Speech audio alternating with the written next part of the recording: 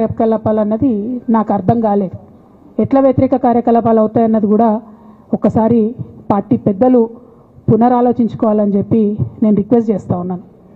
అదేవిధంగా మరి బీసీల కోసం నేను పోరాటం చేస్తుంటే అట్లెట్లా మాట్లాడుతుంది, ఇట్లెట్లా మాట్లాడుతుంది, పార్టీకి వ్యతిరేకంగా మాట్లాడుతుంది.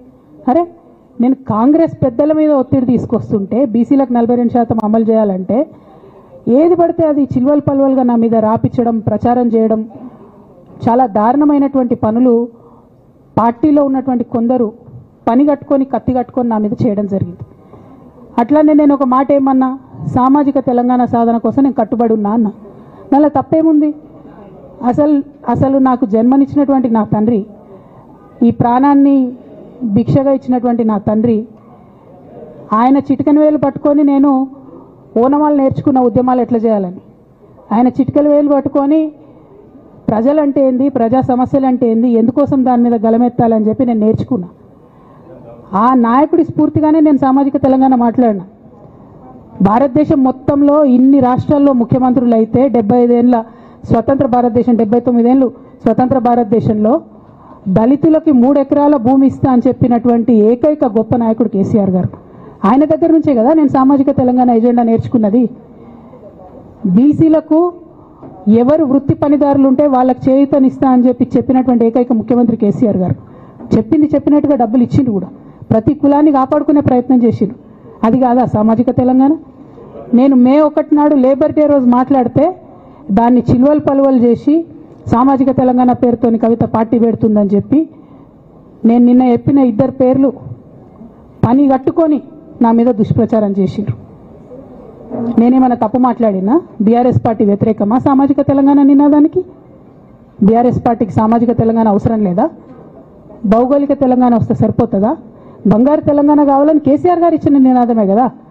బంగారు తెలంగాణ అంటే ఏంది? హరీష్ రావు ఇంట్లో బంగారం ఉంటే, సంతోష్ రావు ఇంట్లో బంగారం ఉంటే బంగారు తెలంగాణ అవుతుందా? కాదు కదా. ప్రతి ఒక్క సమాజం బాగుంటేనే బంగారు తెలంగాణ అవుతుంది. నేను అదే కదా మాట్లాడినా. దానికి ఇష్టం వచ్చినట్టు నా మీద స్టోరీ లేపిస్తే నేను భవన్లో పోయి కూర్చొని బాజాప్తా, ఎక్కడో కాదు, బయట ప్రెస్ మీట్ పెట్టలేదు, ఏ ప్రెస్ క్లబ్లో పెట్టలేదు, డైరెక్ట్గా తెలంగాణ భవన్, నా ఆఫీస్ అండి, నా పార్టీ భవన్లో పోయి కూర్చొని నేనేం చెప్పినా, నా మీద కుట్రలు జరుగుతున్నది, నా మీద విషప్రచారం జరుగుతున్నది అని చెప్పిన. నేను రామన్నను బుజ్జగించి గడ్డం పట్టుకొని అడుగుతా ఉన్నా, అన్న నీ చెల్లెని, ఒక మహిళా ఎమ్మెల్సీని మన పార్టీ ఆఫీస్లో కూర్చొని నా మీద కుట్రలు జరుగుతున్నాయని నేనంటే మీరు వర్కింగ్ ప్రెసిడెంట్గా ఉన్నారన్నా, ఫోన్ చేయరా అన్న నాకు? ఏమైంది బేటా, ఎందుకు బాధపడుతున్నావు అని ఫోన్ చేయరా? ఇది ఎప్పుడు జరిగిన ఇన్సిడెంటు? లీక్ కాకముందు, నేను నా కొడుకు గ్రాడ్యుయేషన్కి అమెరికా పోకముందు, అంతకుముందే. మరి మీరు వర్కింగ్ ప్రెసిడెంట్ కదన్నా, నేను పార్టీ ఎమ్మెల్సీని కదా. చెల్లెలు అన్న బంధుత్వాలు పక్కన పెడదాం ఒక్క నిమిషం. ప్రొఫెషనల్ సెటప్లో ఒక పొలిటికల్ పార్టీలో ఒక మహిళా ఎమ్మెల్సీ భవన్లో కూర్చొని నా మీద కుట్రలు జరుగుతున్నాయంటే మీరు మాట్లాడినరా అన్న?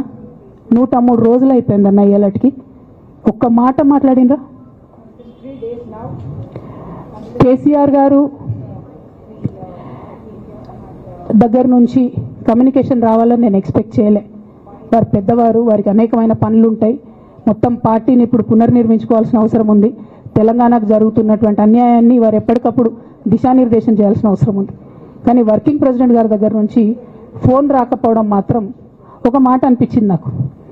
నేను కేసీఆర్ గారి బిడ్డను, నేను కూర్చొని ప్రెస్ మీట్ పెడితేనే రెస్పాన్స్ రాలేదంటే మరి ఇంకో మామూలు మహిళా కార్యకర్తకు బీఆర్ఎస్ పార్టీలో మన అన్యాయం జరిగితే రెస్పాన్స్ వస్తుందా? నాకైతే అనిపించలేదు. వస్తుందేమో నాకు తెలియదు. కానీ నేను ఒక మాటకు నాకు సంతోషం అనిపించింది. నాకు నోటీస్ రాగానే అక్కడ మహిళా ఎమ్మెల్సీలు కూర్చొని, మహిళలందరినీ కూర్చొని, ఫస్ట్ టైం అనుకుంటా భవన్లో 5 మహిళలు కూర్చొని ఇండిపెండెంట్గా ప్రెస్ మీట్ మాట్లాడింది. చాలా సంతోషం. ఇటువంటి అంతర్గత ప్రజాస్వామ్యం రావాలనే నేను కోరుకున్నా. మహిళలకు, ఎస్సీలకు, ఎస్టీలకు, బహుజనులకు కోటరీల అడ్డంకులు లేకుండా యాక్సెస్ రావాలి. అది మైక్కి యాక్సెస్ రావాలి, బాస్కి యాక్సెస్ రావాలనే నేను అనుకున్నా. అది జరిగింది, చాలా సంతోషం. నన్ను సస్పెండ్ చేసినాక అయినా పర్లేదు, కానీ జరిగింది. నిన్న మహిళలందరూ కూర్చొని మాట్లాడి నేనేమంటున్నా అంటే, కేసీఆర్ గారు, కేటీఆర్ గారు, నేను, మా కుటుంబం, మాది రక్త సంబంధం. పదవులు పోతేనో, పార్టీలకు వెళ్ళి సస్పెండ్ చేస్తేనో పోయేటటువంటి బంధం కాదు. కానీ ఎవరైతే వెస్టెడ్ ఇంట్రెస్ట్ ఉన్న పార్టీలు ఉంటారో, పార్టీలో ఉండి కేవలం డబ్బు సంపాదించుకోవాలనేటటువంటి ఒక ఆలోచనతో, వ్యక్తిగత లబ్ధి పొందాలనేటటువంటి ఆలోచనతో ఉన్నటువంటి వ్యక్తులు, వాళ్ళకి కావాల్సింది ఏంది? మేము ముగ్గురం కలిసి ఉండొద్దు, మా కుటుంబం బాగుండొద్దు, మా కుటుంబం విచ్ఛిన్నమైతేనే వాళ్ళకి అధికారం వస్తుంది. దాంట్లో భాగంగా ఇవాళ మొదటి స్టెప్పు నన్ను బయటేసిరు పార్టీలోకి వెళ్ళి. అది ఇక్కడితో ఆగదు. నేను గౌరవనీయులు పెద్దలు దైవ సమానులు కేసీఆర్ గారిని విజ్ఞప్తి చేస్తా ఉన్నా, మీకు ఒక సూచన చేస్తా ఉన్నా.